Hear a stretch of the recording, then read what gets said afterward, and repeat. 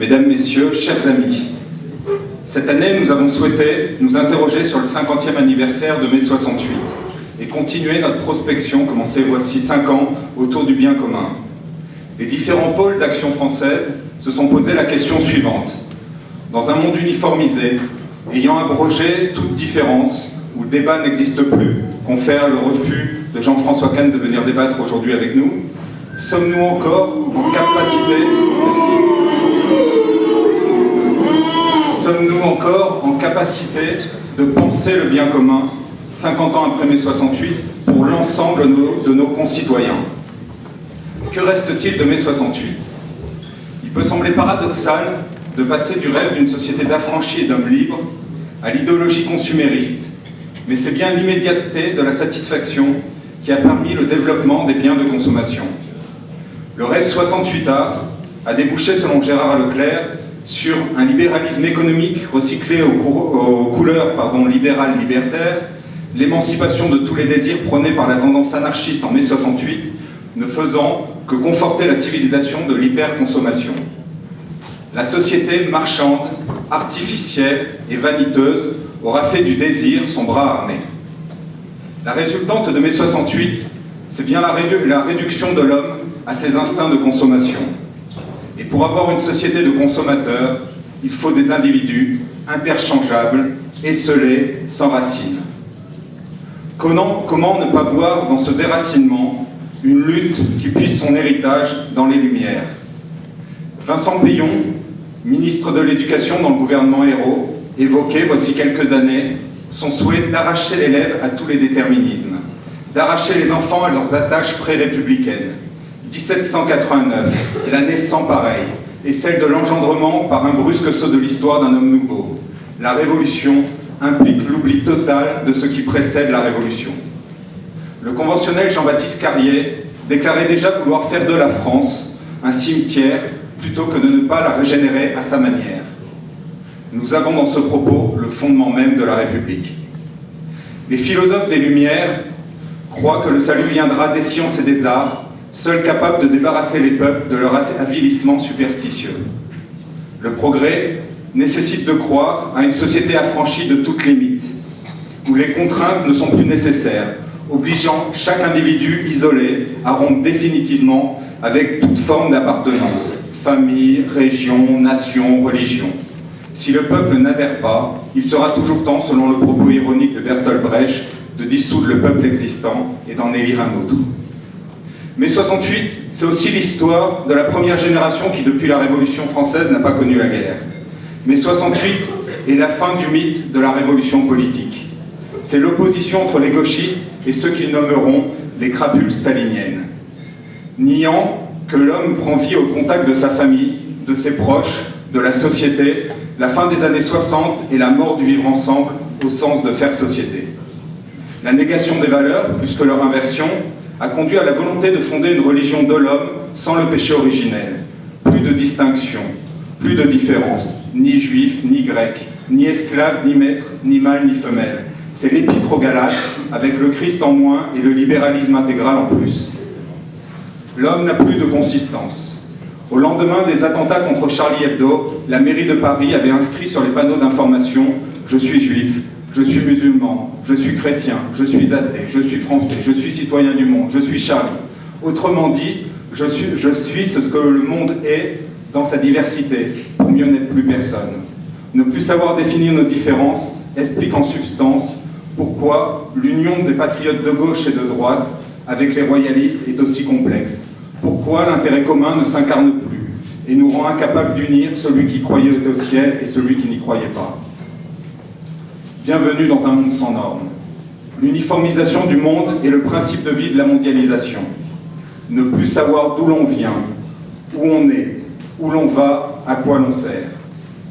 Notre civilisation a été réduite à un consumérisme hédoniste au détriment des libertés. Elle n'est plus en capacité de donner un sens à la vie. Nous ne pouvons réduire un peuple à un club de consommateurs.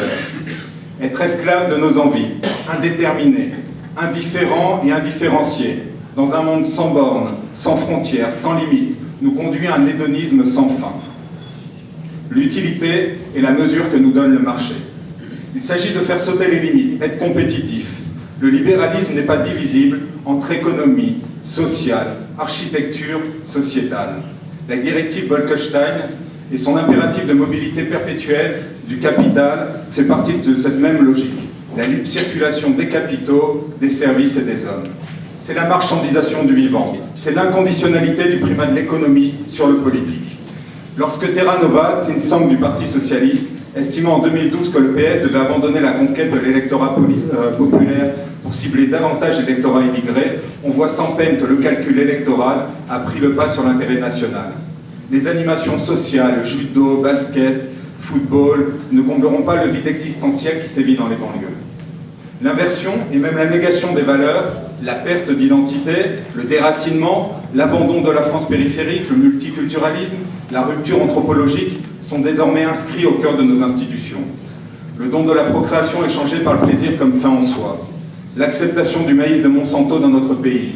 Le fait de laisser mourir de faim Vincent Lambert au nom d'une compassion frelatée, etc. Et pourtant, dans notre société moderne, on meurt d'abandon et toujours pas d'excès de soins. La moyenne d'âge des personnes sans abri ne dépasse toujours pas 45 ans. Un adolescent sur 5 a déjà tenté de se suicider.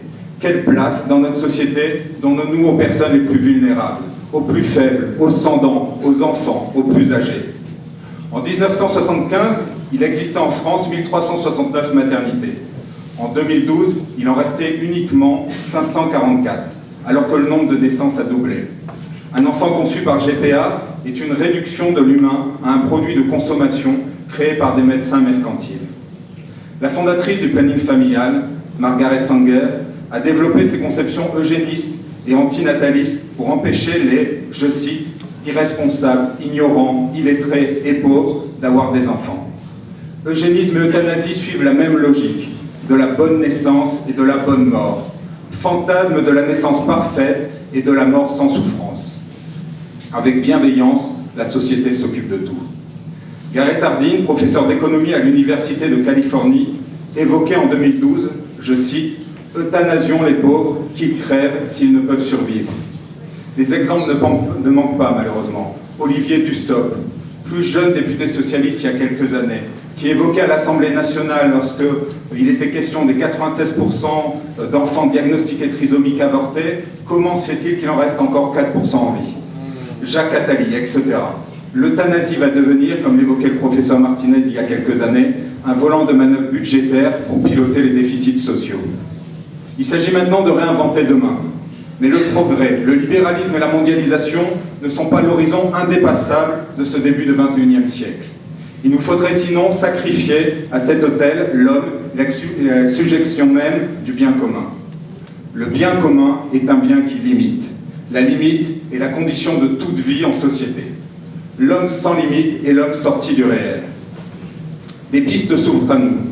Promouvoir les solidarités nationales contre l'égoïsme libéral, favoriser la densification du tissu social, combattre le mieux-disant fiscal de Macron, être en capacité de reconnaître chaque civilisation dans ses singularités, lutter contre les amputations de notre identité nationale, encourager le passage du particulier à l'universel, mais aussi participer aux fêtes des voisins, développer les AMAP, amplifier le nombre de structures de location solidaire, s'engager dans les œuvres sociales.